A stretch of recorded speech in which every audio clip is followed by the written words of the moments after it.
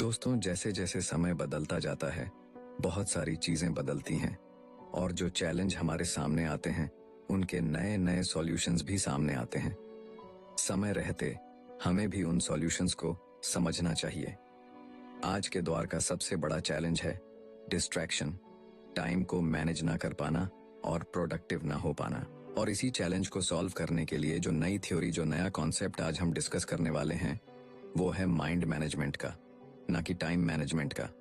आज की book summary है mind management not time management, productivity when creativity matters, जिसे लिखा है डेविड कैडवी ने। डेविड कैडवी भी एक राइटर और एक पॉडकास्टर हैं। वो लोगों को अपने क्रिएटिव काम में प्रोडक्टिव बनने में मदद करते हैं। उनकी बुक्स की 1 मिलियन से ज्यादा कॉपीज बिक चुकी हैं। डेविड टेडएक्स, द पोस्ट और ऑब्जर्वर में भी आ चुके हैं। तो बात यह है कि कई बुक्स और स्पीकर्स ये बताते हैं कि अपने टाइम को कैसे अच्छे से इस्तेमाल किया जाना चाहिए। वो आपसे ये करो या वो करो करने के लिए कहते हैं, लेकिन सच्चाई तो ये है कि चीजों को पूरा करने का टाइम मैनेजमेंट से कोई ताल्लुक ही नहीं है। ये सिर्फ इस बात पर डिपेंड करता है कि आप अपने माइंड को कैसे मैनेज करते हैं। ये समरी माइंड मैनेजमेंट को पाने के लिए आपको कुछ सिंपल और पावरफुल टेक्निक सिखाने वाली है। तो आइए बिना देर किए शुरू करते हैं आज की book summary mind management not time management, productivity when creativity matters by David Kadavy. आप इसे अपने चारों ओर देखते हैं। रोज लोग पैसा कमाने की भागदौड़ में लगे रहते हैं, इसीलिए आपको हर एक सेकंड को सही जगह पर इस्तेमाल करना चाहिए। पैसा कमाने के लिए आप अपना कैलेंडर अलग अलग एक्टिविटीज से इस कदर भर देते हैं कि आपके पास आराम करने का वक्त ही नहीं होता। और इतना ही नहीं, आजकल तो लोग मल्टीटास्किंग भी करने लगे हैं, यानी कई काम एक साथ करना, जैसे लंच करते हुए अपने ईमेल का जवाब देना। क्या ये वही हसल कल्चर यानी भाग दौड़ वाला कल्चर है जिसका एक हिस्सा बनकर सभी गर्व महसूस करते हैं? क्या हमेशा थका थका रहना, गुस्सा करना या परेशान महसूस करना आम बात हो गई है? ये समरी ये साबित कर देगी कि टाइम मैनेजमेंट अब किसी काम का नहीं रहा और इससे आपको कुछ भी नहीं मिलेगा। आप ये सीखेंगे कि माइंड मैनेजमेंट सक्सेस पाने और कोई भी काम करने में कैसे आपकी मदद कर सकता है। आप ये भी सीखेंगे कि कुछ पाने के लिए आपको किसी भी तरह की जल्दबाजी करने की कोई जरूरत नहीं है। टाइम मैनेजमेंट नहीं, माइंड मैनेजमेंट अपने गोल्स को पाने का बेहतर तरीका है।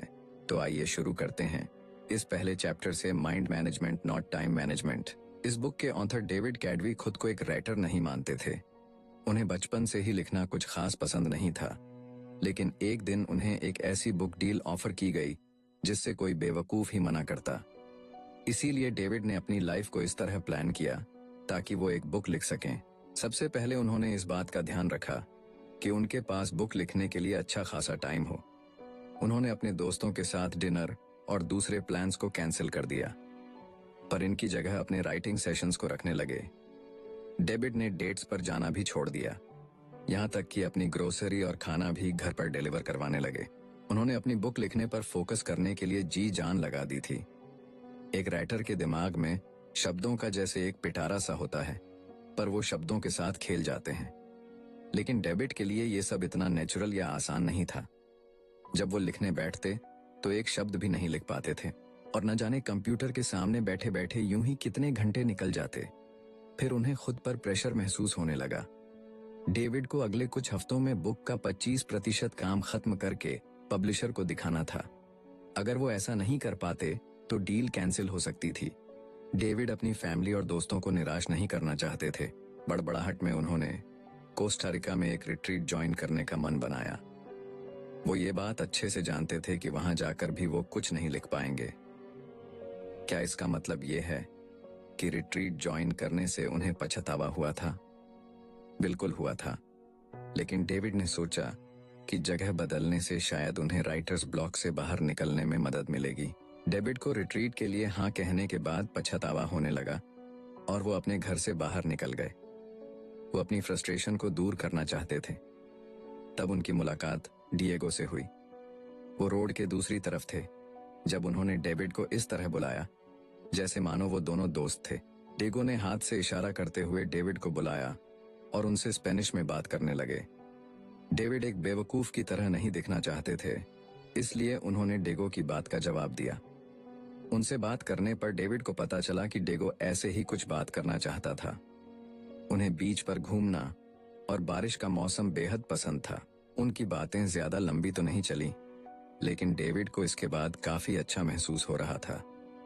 जब डेविड घर लौटे तो दोबारा कंप्यूटर के सामने बैठ गए। अगले 1 घंटे में डेविड पहला चैप्टर लिखने में कामयाब रहे। इससे डेविड को समझ में आया कि ऐसा क्या हुआ था जिससे वो लिख पाने में कामयाब रहे थे। इसकी वजह लिखने के लिए समय निकालना नहीं था। टाइम मैनेजमेंट अब इफेक्टिव यानी कारगर नहीं रहा है। आपको टाइम की नहीं बल्कि लिखने के लिए सही मेंटल स्टेट में होने की जरूरत है। इसे ही डेविड माइंड मैनेजमेंट कहते हैं। माइंड मैनेजमेंट का मतलब है अपनी क्रिएटिव एनर्जी को प्रायोरिटी देना, लेकिन ये आपका वक्त भी जाया कर सकता है। आपने कभी अपनी लंबी टू डू लिस्ट को देखकर जीरो मोटिवेशन महसूस किया है? ऐसा हम सभी के साथ होता है। फिर भी माइंड मैनेजमेंट से आप इस मुश्किल से निकल सकते हैं। माइंड मैनेजमेंट का मतलब है किसी काम या प्रॉब्लम को अलग नजरिए से देखना। टाइम मैनेजमेंट में आप खुद से ये पूछते हैं कि अभी मैं क्या कर सकता हूँ। ज्यादातर समय इस सवाल की वजह से आप टाल मटोल करने लगते हैं। आप ये जानते हैं कि आपको कुछ करने के लिए आपके पास फोकस और मोटिवेशन नहीं होता है। दूसरी तरफ माइंड मैनेजमेंट में आप खुद से पूछते हैं कि अभी मैं कौन सा काम करने के मूड में हूँ, पर मुझे ऐसा क्या करना चाहिए जो मेरे मूड के साथ फिट हो सके। अपने काम को पूरा करने का सबसे अच्छा तरीका है कि आपका मेंटल स्टेट और वो काम दोनों एक दूसरे के साथ मैच करना चाहिए। इससे एनर्जी और वक्त जैसे रिसोर्सेज वेस्ट नहीं होते। नेक्स्ट चैप्टर है क्रिएटिव स्वीट स्पॉट। क्रिएटिव होना कोई ऐसी चीज नहीं है जो आसानी से आपके अंदर आ जाती है। ये कोई ग्रोसरी नहीं है जिसे आप खरीद कर ला सकते हैं। क्रिएटिविटी की प्रोसेस में वक्त लगता है। कोई कहानी सुनाने, गाना लिखने या फिर एक पेंटिंग बनाने के लिए आपका स्टेट ऑफ माइंड सही होना बहुत जरूरी है। डेविड क्रिएटिव मोड में घुसने के लिए 2 तरह की थिंकिंग का इस्तेमाल करते हैं, जो है डाइवर्सन थिंकिंग और कन्वर्शन थिंकिंग। डाइवर्जेंट थिंकिंग तब होती है जब आपके थॉट्स यानी विचार बिखरे हुए होते हैं। इसमें आपका ध्यान कई चीजों पर होता है। जब आप इन अलग अलग थॉट्स को जोड़ देते हैं तो इसे कन्वर्जेंट थिंकिंग कहते हैं। तब राइटिंग का ही एग्जाम्पल ले लीजिए। आप कुछ कहना चाहते हैं, लेकिन उसे कहने के लिए आपके पास कई तरीके हैं। पहला, आप कहना क्या चाहते हैं? क्या आप इसे फॉर्मल तौर पर कहना चाहते हैं या फिर ऐसा कहना चाहते हैं जैसे आप एक दोस्त से बात कर रहे हो? क्या आप इसे कोई नाम नहीं देना चाहते या फिर आप सभी को यह बता देना चाहते हैं कि इसे आपने लिखा है? इसे डाइवर्जेंट थिंकिंग कहते हैं। कन्वर्शन थिंकिंग उसे कहते हैं जब आप अपने ऑप्शंस में से किसी एक को चुनते हैं। जैसे मान लीजिए कि आप अपने पहले प्यार के बारे में लिखना चाहते हैं। आप अपने रीडर्स के लिए अपनी राइटिंग के टोन को एक दोस्त की तरह पेश करना चाहते हैं। आप इसे कोई नाम नहीं देना चाहते क्योंकि आप खुद की पहचान सबके सामने नहीं लाना चाहते। इसीलिए अच्छे क्रिएटिव आइडियाज बनाने के लिए आपको डाइवर्सेंट और कन्वर्शन थिंकिंग दोनों की जरूरत होती है। अपने फाइनल प्रोडक्ट को ब्रिलियंट बनाने के लिए आपको सबसे बेहतरीन आइडियाज की जरूरत है, पर आप इन आइडियाज को कैसे ढूंढेंगे? अपने क्रिएटिव स्पॉट को पहचान कर। आपका क्रिएटिव स्पॉट उस वक्त और उस जगह के बारे में बताता है जिसमें आप अपना बेस्ट क्रिएटिव काम कर पाते हैं। क्रिएटिव काम ऐसी चीज नहीं है जिसे आप किसी गाइड बुक की मदद से कर सकते हैं, जिसमें कोई लॉजिक या कोई मैथमेटिकल फॉर्मूला काम नहीं आता। क्रिएटिव वर्क एक ऐसा अनोखा थॉट प्रोसेस है जिसे हम अक्सर इनसाइट कहते हैं। न्यूरो साइंटिस्ट के मुताबिक इनसाइट अचानक हुए एहसास या नजरिए में हुए बदलाव को कहते हैं। इनसाइट को एक यूरेका मूवमेंट भी मान सकते हैं, जो तब होता है जब कुछ मिलने से आपकी आंखों में खुशी के आंसू आ जाते हैं। क्या आपको कभी अचानक से कोई ब्रिलियंट प्लान आइडिया आया है? उसे ही यूरेका या फिर मिल गया ये मोमेंट कहते हैं। ये तब होता है जब अपने गाने के कुछ मिस शब्द आपको अचानक से मिल जाए या आप अपनी कहानी का एक परफेक्ट प्लॉट ढूंढ निकालते हैं। अब दोबारा कुछ पेंट करना चाहते हैं, लेकिन यह नहीं जानते कि क्या पेंट करें, तो इसके लिए अपने पसंदीदा कार्टून कैरेक्टर को पेंट करने के बारे में अचानक याद आना एक यूरेका मोमेंट होगा। जिनके खास वक्त के दौरान अपने क्रिएटिव स्पॉट को ढूंढना आसान हो सकता है। याद रखिएगा कि ये माइंड मैनेजमेंट के बारे में, टाइम मैनेजमेंट के बारे में नहीं। आपकी एनर्जी हर एक दिन या पूरे दिन एक जैसी नहीं रहती है। जैसे जॉब पर आपकी बहुत सी एनर्जी खर्च हो जाती है, ऐसे ही अपने दोस्तों के साथ सोशलाइज करना या अपनी पेंटिंग या नोबेल पर काम करने जैसे काम भी आपकी बहुत सारी एनर्जी ले लेते हैं। इसीलिए दिन का वो सही वक्त ढूंढ निकालिए जब आपके अंदर सबसे ज्यादा एनर्जी होती है। आपको अपने सिस्टम यानी अपने स्लीप साइकिल से भी तालमेल बनाकर रखना होगा। ये सिस्टम आपको दिन में जगे रहने में मदद करता है। इसे ऊपर जाती हुई एक लाइन की तरह सोचिए। जितना ज्यादा आप जागे रहेंगे उतने ज्यादा आप अलर्ट रहेंगे। लेकिन जागे रहने के साथ साथ अलर्ट रहने को आपका स्लीप डट सिस्टम रोक देता है। दूसरे शब्दों में कहें, अगर आप एक रात अच्छे से नहीं सोएंगे तो आपका स्लीप डेट बहुत ज्यादा हो जाता है।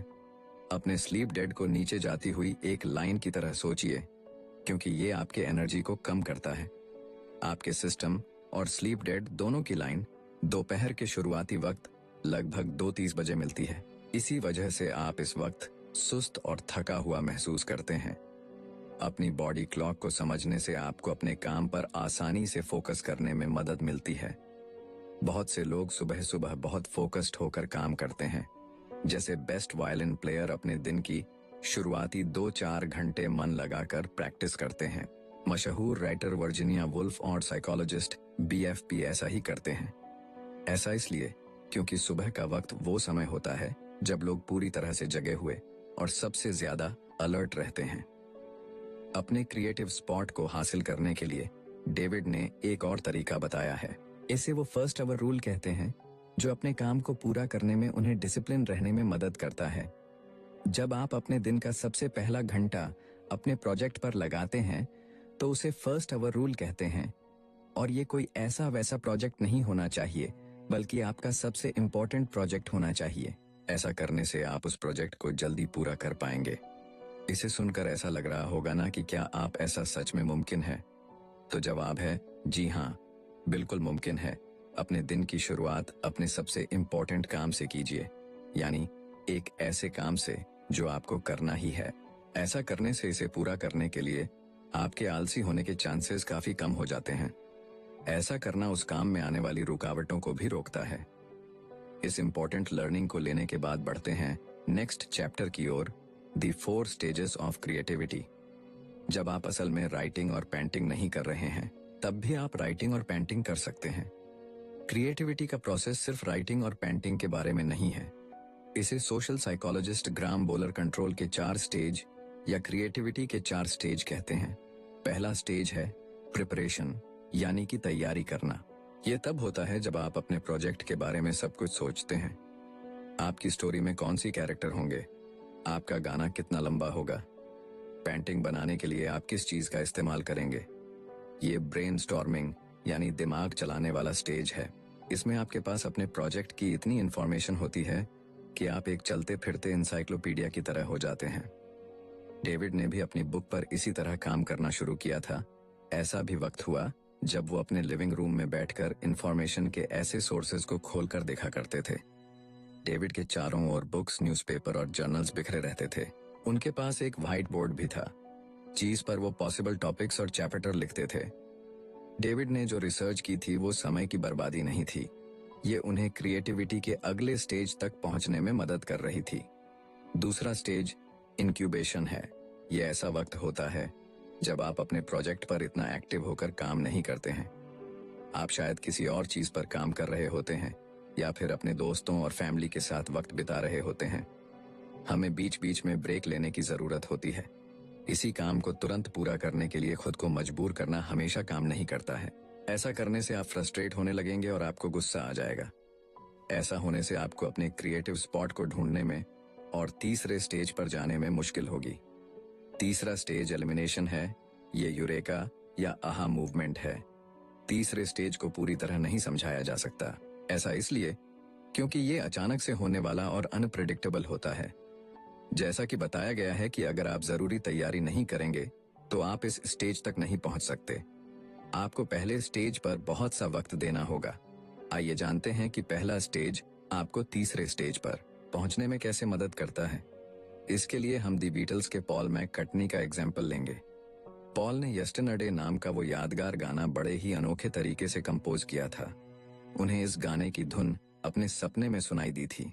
जब उनकी आंख खुली तो वो आंधी नींद में उठकर अपने पियानो पर उस धुन को बजाने लगे। और इस तरह इतिहास के सबसे महान गानों में से एक गाना बना। लेकिन ये इतना भी आसान नहीं था। येस्टरडे लिखने से पहले भी पॉल कुछ गाने लिख और बना रहे थे। वो सालों से म्यूजिक क्रिएट करते आ रहे थे और क्योंकि वो येस्टरडे जैसा गाना लिख पाए थे, उनका काम वही नहीं रुक गया था। नहीं, पॉल ने यह पक्का किया कि वो चौथे स्टेज को भी अच्छे से पूरा करें, जो है वेरिफिकेशन। चौथा स्टेज वेरिफिकेशन है। ये तब होता है जब आप एलिमिनेशन की स्टेज में आए यूरेका मूवमेंट के बारे में सोचते हैं। इसमें आप ये पक्का कर लेते हैं कि आपका जो आइडिया था वो फुल प्रूफ और ब्रिलियंट है। आप ये डबल चेक करते हैं कि किसी चीज की कमी तो नहीं है। पॉल को 100% विश्वास तो नहीं था कि उनका बनाया हुआ गाना ओरिजिनल था। उन्हें लगा कि हो सकता है कि यह भी एक ऐसी धुन थी जो उन्होंने पहले कभी सुनी थी। ऐसे वक्त ऐसे ENP या सॉफ्टवेयर नहीं हुआ करते थे जो ये बता सके कि कोई धुन ओरिजिनल है या नहीं। इसीलिए पॉल ने 1.5 साल इस बात को पक्का करने में ही लगा दिया कि वो धुन उनकी खुद की थी या नहीं। इसी दौरान उन्होंने अपने गाने को बदलने के लिए उसके लिरिक्स, ट्यून और अरेंजमेंट को सुधारने पर काफी काम किया। अगर आप क्रिएटिविटी के हर स्टेज में अपना वक्त नहीं लगाएंगे तो आप कभी कोई मास्टरपीस नहीं बना सकते। आपको इस पूरे प्रोसेसर के हर स्टेज से होकर गुजरना होगा। नेक्स्ट चैप्टर है दी 7 mental state of creative work. David का कोई स्ट्रिक्ट यानी रूल नहीं था, लेकिन उनके पास करने के लिए ऐसे काम और जाने के लिए ऐसी जगह थी जो उन्हें लिखने के सही मूड में लाने में मदद करते थे। अपनी छोटी सी नोटबुक में कुछ लिखने के लिए वो जॉन हैंकॉक सेंटर के 19 5th फ्लोर पर जाते थे। ये थॉट्स शुरुआत में बिखरे हुए से रहते हैं, लेकिन इन्हें लिखने के बाद डेविड को वो दूसरी चीजें भी दिखने लगती हैं जो उन्हें लगता था कि अपने बुक में शामिल करनी चाहिए।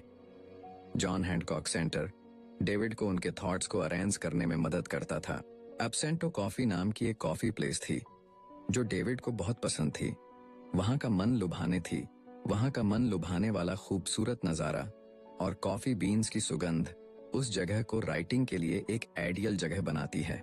डेविड की तरह आप भी अपने मेंटल स्टेट के मुताबिक अलग अलग तरीके के काम कर सकते हैं। आपका mental state in 7 mental status में से एक हो सकता है। पहला है प्रायोरिटाइज्ड मेंटल स्टेट। ये तब होता है जब आप एक प्लान बनाते हैं।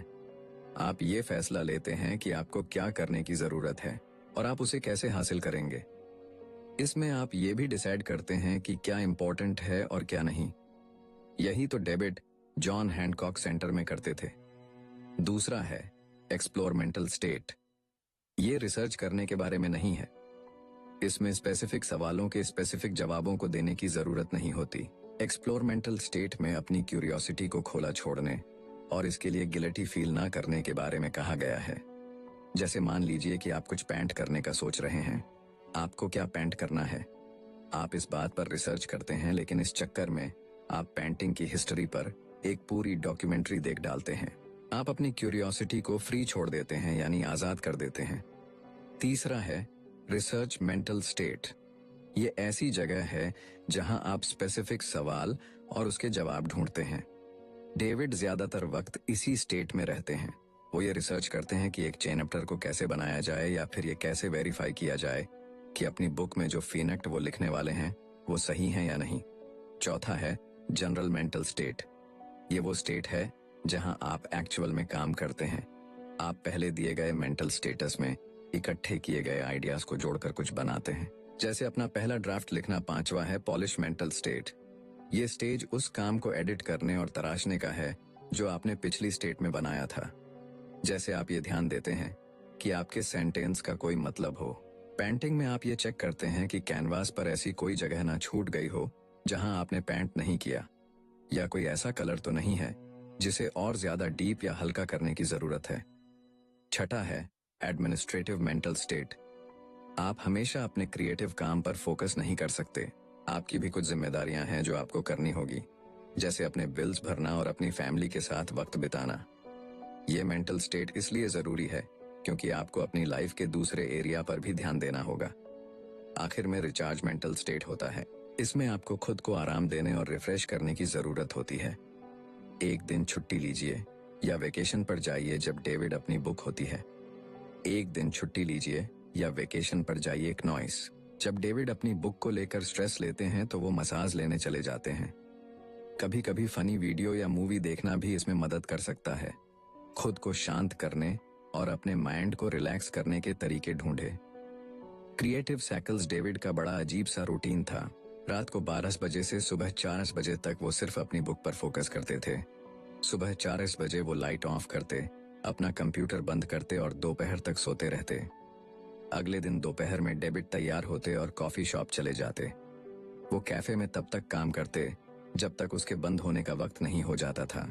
इसी को डेविड क्रिएटिव साइकिल कहते हैं।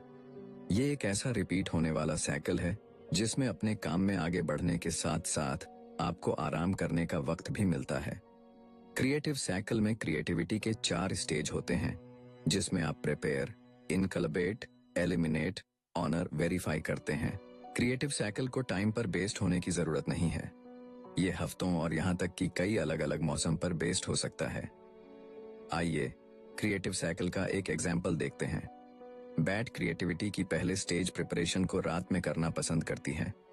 रात की शांति उन्हें फोकस करने में मदद करती है। नॉइस, इसीलिए वो अपने गाने के लिए बहुत सी इंफॉर्मेशन ढूंढ पाती है,